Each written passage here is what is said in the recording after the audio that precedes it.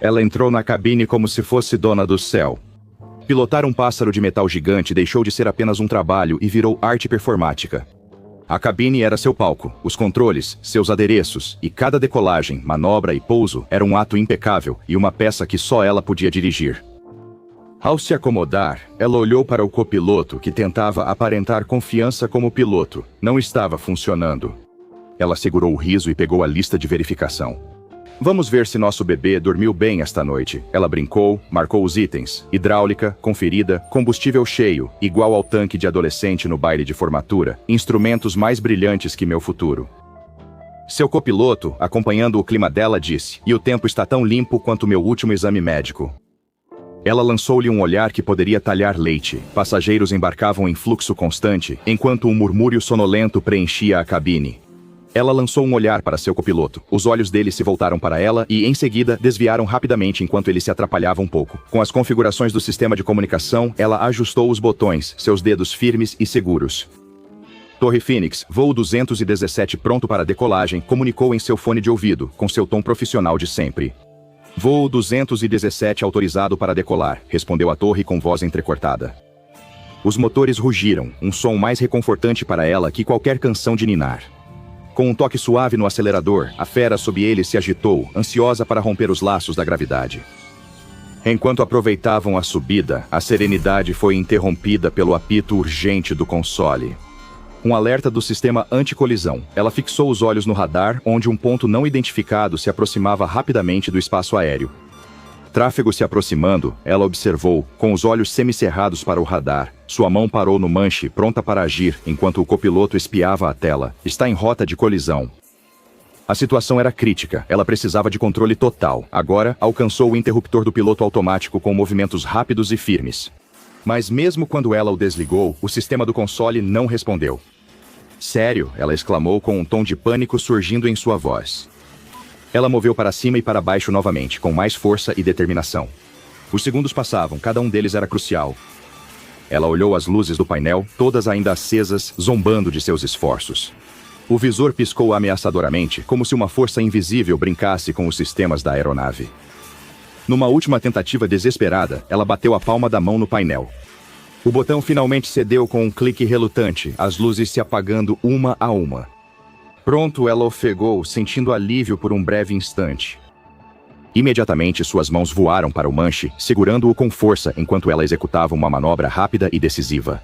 O avião desgovernado passou rapidamente, seu coração disparou enquanto ela estabilizava a aeronave que estava perto demais, e seu copiloto soltou o ar. Perto demais não conta, ela respondeu incisiva, já voltando a atenção aos controles. Ela estabilizou a rota deles, a adrenalina do momento se dissipando tão rápido quanto havia surgido. Eles pousaram sem outros incidentes, as rodas tocando o solo com experiência. O quase acidente foi registrado, mas o arquivo digital não mostrava sinais do encontro. Um fantasma na máquina, como se não tivesse acontecido, observou o copiloto enquanto revisava os registros. Mas aconteceu, ela o corrigiu baixinho. Enquanto taxiavam ao portão, a porta da aeronave se abriu e os passageiros desembarcaram, animados por chegarem em segurança.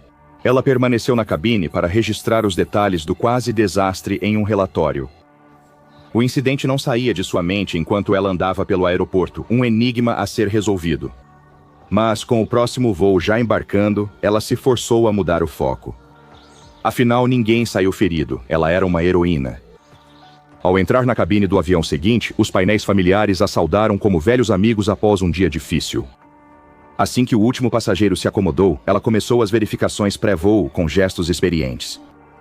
Tudo bem, tomara que o resto do dia seja menos agitado. Ela brincou com seu novo copiloto, que riu nervoso. Todos na companhia aérea já sabiam do que ocorreu no último voo dela.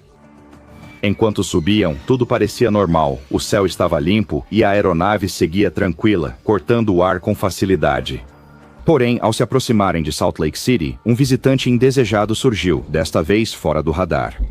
Mas no indicador de combustível dela, The needle dipped ominously. Isso não pode estar certo, ela murmurou, alternando o olhar entre o indicador e os instrumentos de voo. Ela confirmou visualmente o tanque meio cheio antes da decolagem. Estamos voando só no cheiro, disse seu copiloto, engolindo em seco e olhando fixo a agulha que caía. A gente comunica isso? Ela respondeu rápido, já no rádio. Mayday, Mayday, voo 217, suspeita de vazamento de combustível, precisamos de um pouso de emergência. A resposta foi imediata. A torre indicou as coordenadas para a área de pouso mais próxima, um milharal deserto mais adequado para espantalhos do que aviões. Ela virou-se para o interfone da cabine e falou com autoridade. Pessoal, estamos com um pequeno problema técnico nas leituras de combustível. Faremos uma breve parada não programada. Por favor, permaneçam sentados e com o cinto afivelado. Um leve pânico surgiu na cabine, mas logo foi contido pelos comissários que acalmaram os passageiros e checaram cintos de segurança. Enquanto o solo se aproximava, ela manteve a calma e as mãos firmes, apesar do coração acelerado. O pouso foi tudo, menos suave, com a aeronave sacudindo enquanto atravessava o milharal ou outra coisa, mas foi controlado. Cada solavanco era um testemunho da habilidade dela. Após o avião parar com estrondo, um silêncio pesado dominou a cabine. Passageiros e tripulação, atônitos, ficaram imóveis diante da tensão palpável. Logo, o som distante das sirenes quebrou o silêncio e ficou mais alto conforme ambulâncias e caminhões de bombeiros se aproximavam. Ela saiu primeiro para o ar fresco, seguida pela tripulação e passageiros. Com alívio e incredulidade, embarcaram silenciosos nos ônibus de traslado, aguardando serem levados em segurança. Quando os últimos passageiros partiram, a equipe de técnicos em solo cercou a aeronave. Uma rápida inspeção no tanque revelou a verdade. Ele estava tão cheio quanto ao sair de Denver. Ela olhou para ele, perplexa. A equipe de manutenção sugeriu falha no sensor, explicação simples demais que não a tranquilizou. Uma falha, repetiu cética. Enquanto ela assinava a papelada necessária ou outra coisa? Ela ficou parada no meio do milharal, a silhueta imponente do avião projetando uma longa sombra sob o sol da tarde. A mente dela estava a mil, tanto pelos acontecimentos do dia, quanto pelas dúvidas sobre o que se passava com ela. Tem algo errado com os voos, e não são só os sensores, ela murmurou para si mesma. Seu próximo voo, dias depois, estava lotado. A cabine vibrava com o burburinho de passageiros animados e o som dos cintos sendo afivelados na metade do voo. Enquanto os passageiros estavam acomodados em seus assentos, olhos grudados nas telas ou fechados em descanso, o avião estremeceu. O piloto automático começou a falhar no console dela. A rota desviou inexplicavelmente, um desvio silencioso em direção ao perigo. Estamos fora da rota, ela anunciou com voz calma, mas mente agitada, enquanto o visor mostrava um desastre iminente. Enquanto eu editava o próximo episódio sobre o assustador mistério SCP, que você verá em breve, me deparei com um programa de edição cujas habilidades parecem quase sobrenaturais. Mas esse software é totalmente real. Estou falando do Opus Clip, e se você ainda não ouviu falar dele, agora é a hora. Esse software tem habilidades que tornam meu processo de edição incrivelmente rápido e eficiente. E grandes criadores do YouTube, como Stephen Bartlett, Jubilee Logan, Paul, Mark Rober, Louis House e muitos outros já estão usando. Quem edita clipes curtos, de vídeos longos, sabe como isso é demorado, especialmente com vídeos de 3, 4 ou até 10 horas. Eu entendo bem essa sensação. O Opus Clip automatiza a edição de shorts, analisando o seu vídeo e criando clipes curtos, prontos para as redes sociais. E além de tudo isso, há um recurso chamado agendador automático que permite selecionar vários clipes e agendá-los com antecedência. Assim, seu conteúdo é publicado, enquanto você acompanha outro caso misterioso da SCP. Para agilizar o fluxo de trabalho, você pode usar o rastreamento de assunto por inteligência artificial, que detecta, rastreia e reenquadra automaticamente para manter o objeto centralizado. Quer um editor de vídeo inteligência artificial completo que corta tudo? Acesse o link ou escaneie o QR e use o código Summer of Focus na compra. E ganhe uma semana grátis, depois 3 meses com 50% de desconto ao se inscrever no Opus Clip. E agora, de volta à nossa história. O avião seguia direto para uma cadeia de montanhas, que se erguiam como gigantes à espreita. Sem tempo para questionar o motivo, ela entrou em ação, suas mãos agarrando os controles manuais. Aguente firme, ela murmurou quase para si, desativando o piloto automático com um movimento decisivo. O sistema protestou, emitindo bips e cliques que pareciam discordância. A aeronave respondeu ao toque, embora relutante. Pelas janelas da cabine, borrões verdes e marrons dos picos das montanhas passavam rápido. Passageiros gritavam, comissários choravam e o copiloto se urinou.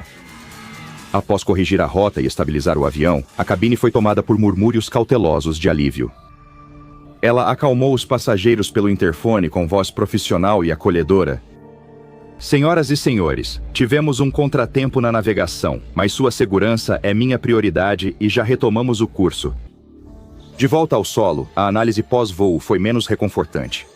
Os dados registrados, frios e neutros, não indicaram falha no piloto automático. Conforme a memória digital da aeronave, o voo foi tranquilo, sem incidentes e na rota correta.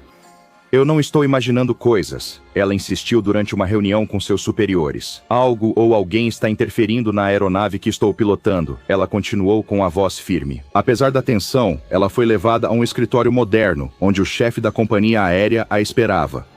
A expressão dele era indecifrável, intensificando a gravidade. Ela se sentou à sua frente, com a postura rígida, preparando-se para o impacto das palavras dele. Revisei seus relatórios e registros de voos, ele começou com voz neutra. Estou preocupado com as diferenças entre seus relatos e os registros. Ela ouviu, cerrando o maxilar a cada palavra. Cada incidente que relatei aconteceu. Fiz tudo para garantir a segurança dos passageiros e da aeronave. Ele franziu a testa enquanto olhava para ela do outro lado da mesa. Os dados não sustentam suas alegações, eles sugerem erros no seu julgamento. Há um padrão que não podemos ignorar. O coração dela afundava a cada palavra. A sala parecia se fechar, o ar ficando mais denso, quase sufocante. Você está em período probatório a partir de agora. Ao se levantar para sair, uma mão firme em seu ombro a impediu. 2 seguranças estavam ao lado dela, com expressões indecifráveis. Por favor, venha conosco, disse um deles com a voz sem emoção. Eles a escoltaram pelo escritório movimentado, os olhos dos colegas desviados, sussurros enchendo o ar como uma névoa tóxica. No armário, pediram que entregasse o crachá de segurança e materiais confidenciais. Caminhando pelo corredor, cada passo tornava-se mais pesado, sua carreira e credibilidade sendo arrancadas a cada batida dos saltos no chão. Assim que ela chegou à saída, o som familiar do seu celular cortou o silêncio pesado. Ela puxou o aparelho, uma mensagem apareceu na tela de um número desconhecido. Você é o problema. Pare de mentir. As palavras a atingiram como um tapa na cara, paralisando-a no lugar, sua mente girava. Será que alguém estava orquestrando esses acontecimentos? Ela estava sendo alvo, mas por quê? Após sua saída arrepiante da sede, o burburinho habitual da vida pareceu silenciar ao seu redor, deixando-a em uma bolha de silêncio assustador. Ao voltar para casa, ela percebeu que seu celular já não era confiável ao rolar o dedo pela tela. Mensagens que deveriam ser para sua irmã sobre um simples café se transformaram em teorias conspiratórias absurdas sobre vigilância do governo. No seu latte, e-mails para amigos sobre o fim de semana viraram divagações sobre alienígenas ouvindo o brunch deles. Esse telefone está possuído, ela resmungou, esperando que ele risse de volta. Na manhã seguinte, as emissoras nacionais de notícias fizeram a festa com a saga da piloto descontrolada, transmitindo seu voo desleixado. Com uma pitada de especulação psiquiátrica, assistir a sua reputação despencar ao vivo na TV foi tudo menos agradável. Pelo menos mostrem meu melhor ângulo, resmungou ela para a tela, sua situação oscilando entre um suspense e uma comédia ruim.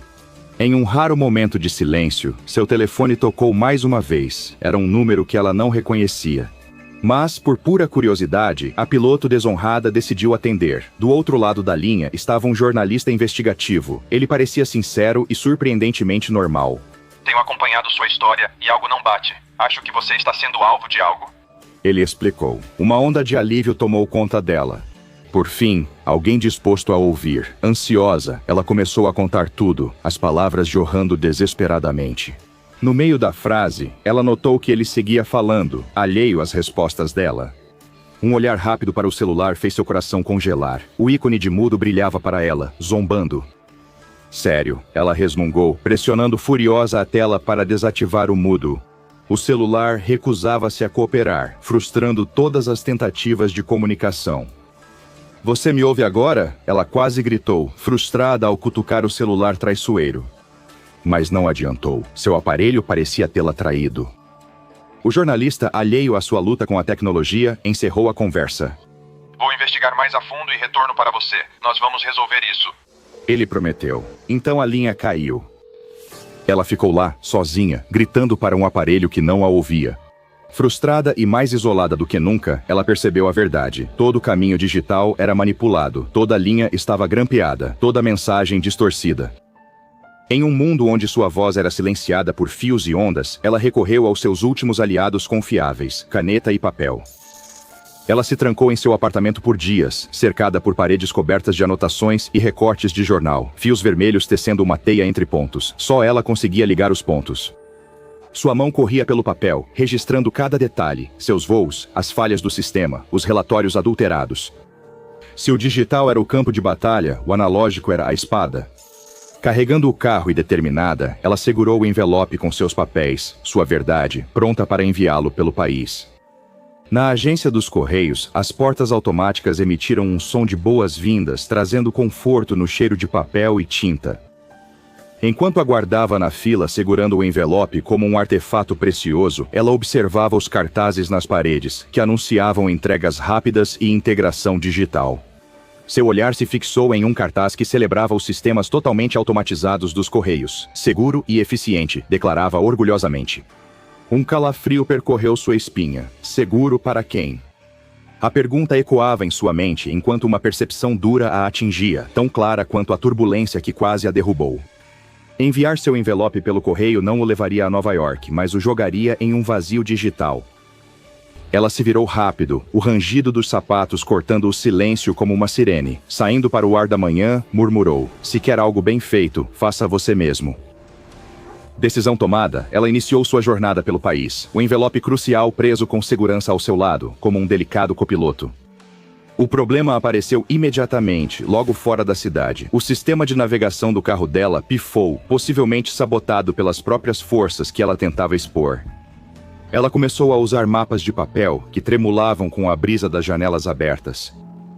Enquanto dirigia, o rádio dela variava entre estática e trechos de rock clássico, com cada letra soando agora mais sombria.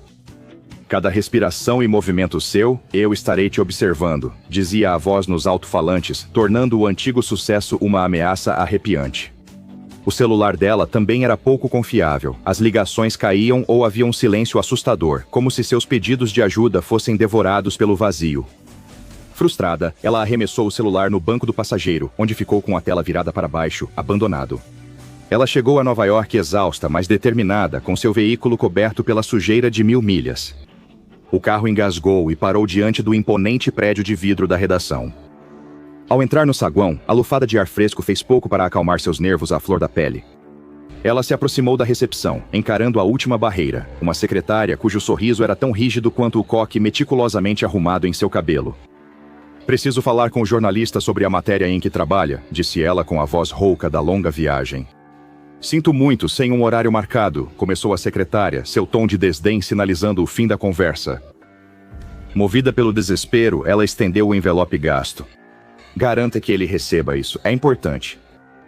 A secretária pegou o envelope com expressão neutra, olhos sem revelar nada. "Vou ver o que posso fazer." O pedido dela ficou no ar, marcado pela urgência da missão e pelas incontáveis milhas percorridas até ali. Ela cruzou a rua e entrou discretamente em um café pequeno, que parecia intocado pelo turbilhão de sua crise. Pedindo um café preto sem açúcar, ela ficou perto da janela, olhos fixos como laser no prédio do jornal do outro lado da rua. O vapor do seu café cobriu seu rosto por um instante, criando um breve alívio. Enquanto ela observava o vai e vem do prédio, cada pessoa que entrava ou saía da estrutura mexia com seus nervos, seu coração oscilando entre a esperança e o desespero a cada momento que passava. Enquanto segurava o café, o calor em suas mãos contrastando nitidamente com o frio da porcelana, ela refletia sobre o destino de sua história. Estaria ela destinada a iluminar a verdade ou a se dissolver no abismo digital? Seu café esfriava enquanto o tempo se estendia, cada minuto ampliando sua ansiedade. E se o jornalista não acreditasse nela, e se já fosse tarde demais? A dúvida a corroía, mas era o desespero que a mantinha firme. Ela tinha colocado todas as cartas na mesa, apostando tudo nessa última jogada. De repente, a relativa calma da manhã foi brutalmente interrompida por um estrondo alto, um som tão penetrante que cortou o zumbido habitual da cidade. Ela virou a cabeça para o som e viu uma explosão. No térreo do prédio do jornal, as janelas estilhaçaram, lançando vidro como chuva letal na calçada. O café foi esquecido, a xícara caiu e quebrou sem que ela notasse, enquanto ela saía correndo do café. A cena do lado de fora era o caos absoluto. Pessoas saíam correndo do prédio, com expressões marcadas pelo terror e pela confusão. Alguns estavam feridos, com as roupas chamuscadas, a pele manchada de fuligem e sangue. Ela se aproximou de um homem segurando o braço, rosto em choque. O que aconteceu? Ela exigiu o computador de um jornalista. Ele simplesmente explodiu bem ali na mesa dele. Como nada que já vi, ele gaguejou, a voz e as mãos tremiam. O coração dela apertou enquanto via as chamas consumirem o prédio, uma fumaça espessa subindo para o céu, escurecendo a manhã clara. Em algum lugar, seu envelope e sua verdade documentada viravam cinzas. O jornalista que a procurou e talvez pudesse ajudá-la, agora era provavelmente mais uma vítima das calamidades que a assombravam. Ela ficou ali, em meio à multidão que fugia, paralisada, enquanto os caminhões de bombeiros surgiam com suas sirenes, um lamento triste no caos da manhã. O calor do incêndio aquecia seu rosto enquanto o prédio queimava, assim como suas esperanças. Essa coisa, seja lá o que fosse, não só sabotou sua carreira, mas agora havia destruído sua última chance de provar sua sanidade e inocência. Ela via as chamas refletidas nos olhos cheios de lágrimas, ciente de que era mais que uma tragédia pessoal. Era uma guerra e estava longe de acabar. Essa entidade particularmente formidável viria a ser conhecida como SCP-4532. Esse disruptor digital anômalo foi designado pela Fundação como uma anomalia classe Keter. Essa classificação mostra tanto a dificuldade de contê-lo, quanto a ameaça extrema à segurança global por sua natureza invasiva e disseminada. A estratégia de contenção para o SCP-4532 envolve protocolos rigorosos de isolamento. É altamente contagioso tanto por canais de rádio quanto por canais de comunicação eletrônica, tornando necessário que todos os equipamentos de pesquisa relacionados sejam armazenados em gaiolas de Faraday para evitar qualquer comunicação externa. Implementamos monitoramento total nas redes da Fundação expostas ao SCP-4532, com sistemas de detecção instalados nos principais hubs de banda larga globais para supervisionar e interceptar sua disseminação. Apesar dos esforços extensivos, ainda não descobrimos um método eficaz para neutralizar o SCP-4532.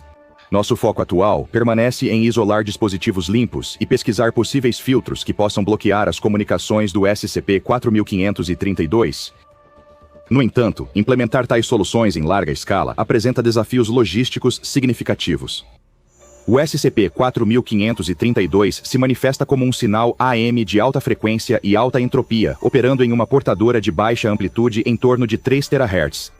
Isso o torna muito difícil de detectar, só possível com instrumentos precisos. A anomalia explora comunicações eletromagnéticas humanas, como rádio, telefone e internet banda larga.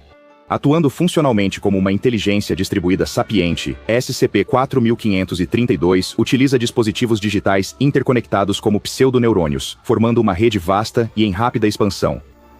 Essa rede cresceu a ponto de superar o poder de processamento do cérebro humano, facilitando um ciclo autossustentável de crescimento e infiltração. Violações significativas incluem uma intrusão não autorizada no Pentágono em 2022, facilitada por um exploit adquirido em um fórum da Darknet por uma quantia substancial em Bitcoin. A anomalia também afetou setores financeiros, controlando grandes quantias de criptomoedas e manipulando ações do mercado, impactando empresas como a Starlight Enterprises. Mais recentemente, a atividade do SCP-4532 foi detectada em comunicações da rede de espaço profundo da NASA e até mesmo em sinais retornando de missões interplanetárias como a New Horizons. Isso sugere não apenas um impacto terrestre, mas potencialmente extraterrestre, complicando nossos esforços de contenção à medida que estende seu alcance além da Terra. O desafio contínuo com o SCP-4532 está em sua capacidade de imitar e se integrar perfeitamente às comunicações geradas por humanos e máquinas. Cada avanço na tecnologia potencialmente serve como um novo vetor para suas operações, tornando-o uma ameaça sem precedentes em nosso mundo cada vez mais digital. À medida que continuamos a combater o SCP-4532, compreender seus mecanismos e impactos continua sendo fundamental. Não é só combater uma anomalia descontrolada, mas proteger a integridade das infraestruturas globais de informação e tecnologia.